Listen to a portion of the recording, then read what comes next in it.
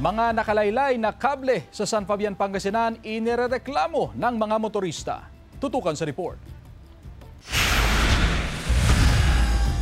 Araw-araw dumadaan sa kalsadang ito si Rochelle para ihatid ang anak sa daycare center. Nababahala raw siya tuwing dumadaan sa lugar. Takaw aksidente kasi ang mga nakalaylay na mga kable roon. Yung mga motorista, baka po magkaroon ng problema, lalo po school po yung nandyan po. Opo. Nasira at lumaylay ang mga kabling ito nang matumbang ilang punong kahoy at poste noong manalasa ang bagyong uwan. Nagsagawa ng clearing operation sa mga naputol na punong kahoy. Pero hindi pa naisaayos ang mga lumaylay na kable.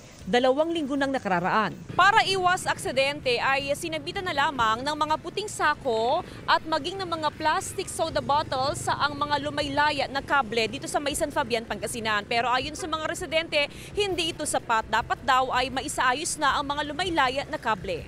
Batid ng lokal na pamahalaan ang piligring dulot ng mga nakalaylay na kable. Nakipag-ugnayan ng LG sa electric utilities at sa mga telecommunication company para maisaayos sa mga lumaylay na kable. Wala naman kaming sinet up na tie frame, although from time to time, pinapalo up din namin. Kasi mga resident din natin na affected is nagpa-follow up din kasi sa amin. Kaninang umaga, may mga nagtungo na rin na tauhan ng DPWH para magsagawa ng clearing operation sa lugar. Muli raw makikipag-ugnayan ng LGU sa electric utility at telco para mabigyan ng prioridad ang pagsaayos sa mga lumaylay na kable. Kasama si Jing Dakanay, Jasmine Gabriel Galbat, One North Central Luzon.